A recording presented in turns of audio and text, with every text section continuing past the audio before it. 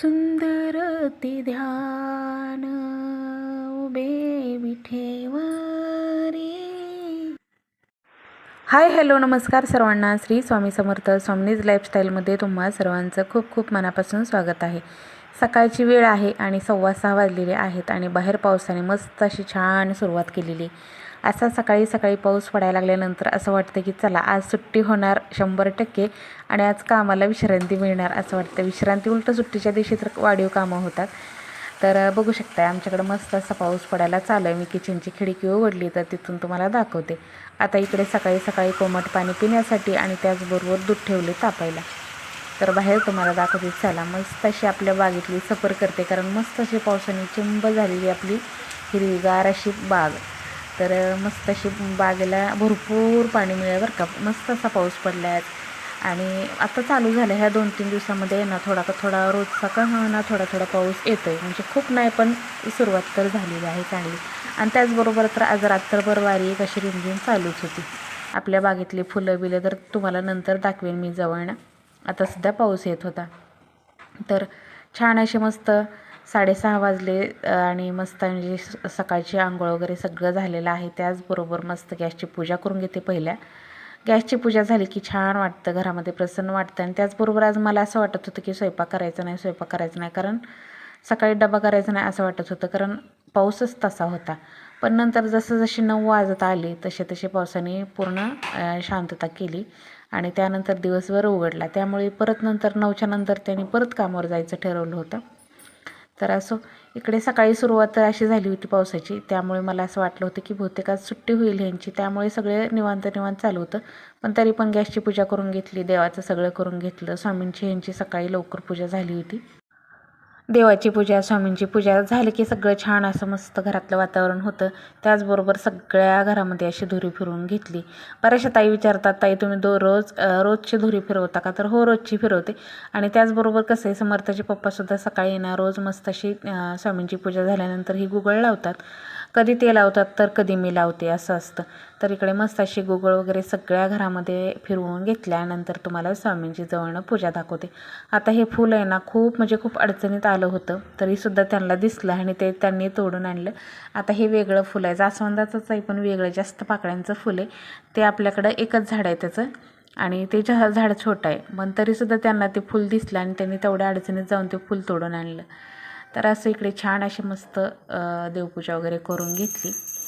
तर सकाळी सकाळी देवपूजा रोजच असते, त्यामुळे खूप प्रसन्न वाटतं. पण आज फुलं आहेत ना खूप सुंदर, फक्त आणि फक्तच पांढऱ्या फुलाची देवपूजा तुम्हाला जवळनं दाखवेनच मी पूजा झाल्यानंतर. आणखीन मी फुलं काय आणलेली नाहीत बागेतनं. तर सकाळी सकाळी देवपूजा वगैरे झाली की छान वाटतं. त्याचबरोबर अशी फुलांची देवपूजा पाहायला कोणाकोणाला आवडते का? ध्यान उभे विटेवरी सुंदर ते ध्यान उभे विटेवरी करकटावरी ठेवून तुळशी हार गळा कसे पितांबर.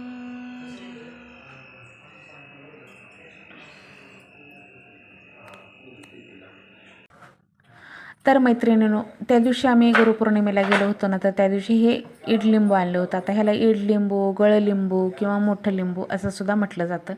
आता हे लिंबू तर आणलं होतं, पण ह्याला कसं कट करायचं, कसं प्यायचं किंवा त्यातला रस काढायचा कसा, हे ह्यांना माहीत नव्हतं. माझी आंघोळ व्हायच्या अगोदर त्यांची आंघोळ झाली होती. ते झटून त्याला बसले होते, त्यांना काही ते सक्सेस झालं नाही.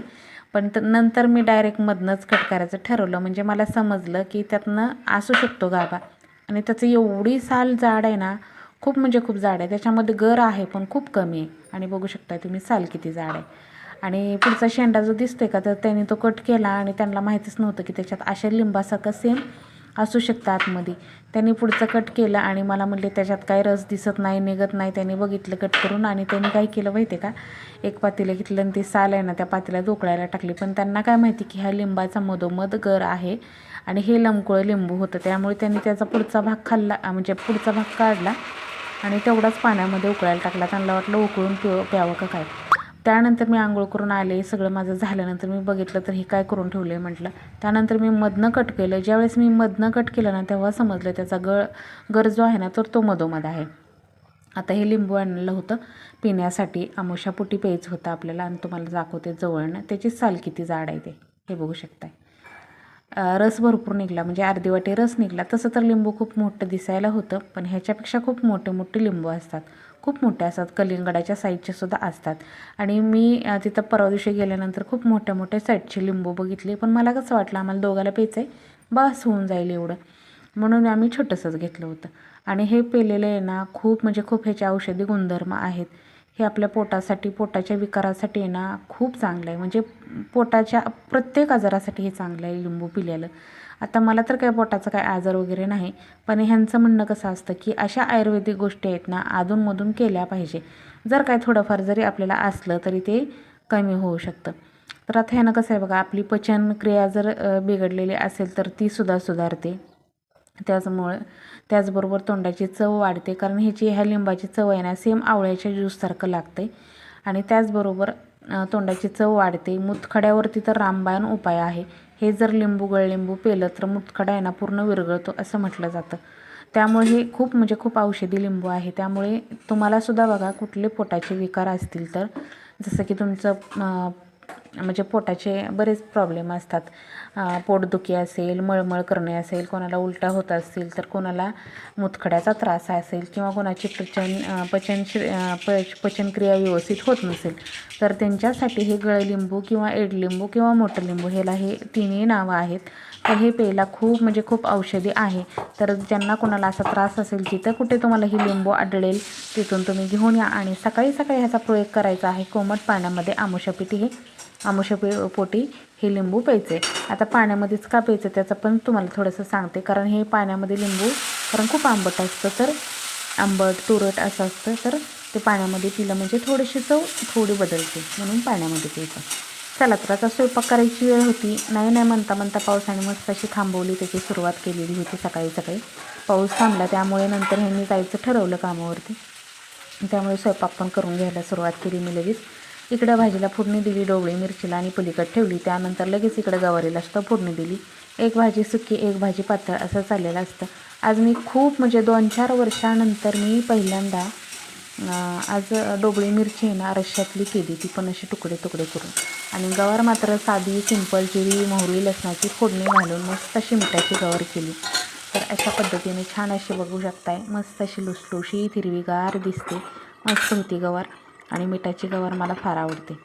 आणि एक भाजी असं तिखट केली आणि एक भाजी मिठाची केली तर कॉम्बिनेशन चांगलं होतं. त्यामुळे 2 भाज्या डब्याला असतात, तर दोन्ही अशा, एक पातळ एक सुकी भाजी रोजची असते आपली.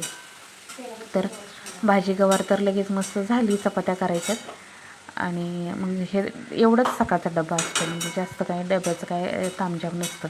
आणि माझं कसं आता मी अर्धा किलो 1 किलो शेंगदाणे नेहमी आहे ना, 1 किलो शेंगदाणे भाजायचे, अर्धा किलो बारीक कूट करून ठेवायचं आणि अर्धा किलो मोठं कूट करून ठेवायचं, असं माझं नेहमी असतं. दोन्ही डब्यामध्ये मी भरून ठेवते.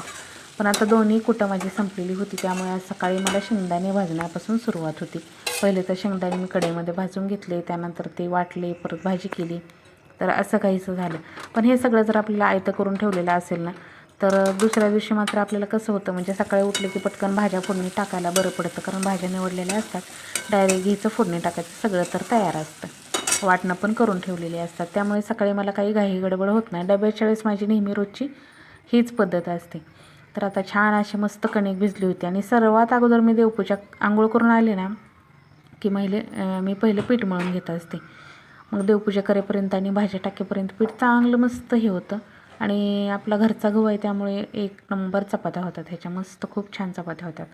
आता तुम्हाला सांगते, मी चपात्या तर करायला घेतल्या, पण त्याचबरोबर गॅस आपला संपला आहे. माझं काही लक्ष गेलं नव्हतं गॅसकडे, पण गॅस संपला. त्यानंतर बघितलं गॅस संपला आहे, चला आता गॅस जोडायची. नशीब गॅसच्या टाक्या 2 भरलेल्या आहेत घरामध्ये, कारण एक आजी वारले त्यावेळेस एक्स्ट्रा 2 टाक्या आणल्या होत्या त्यांनी. त्यातली म्हणजे 1 टाकी अर्धी झाली होती आणि 1 टाकी आणखीन तशी शिल्लक आहे. तर ती अर्धी झालेली होती, ती जोडून घेतली. पहिलं म्हटलं ही जोडून घ्यावी, कारण त्यावेळेस घरामध्ये भरपूर लोक होती. मग असं वाटायचं गॅस संपतो का काय, म्हणून एक्स्ट्राचा गॅस आणलेला होता त्यांनी. 2 टाक्या आणल्या होत्या, भेटल्या पण होत्या त्यांना म्हणून.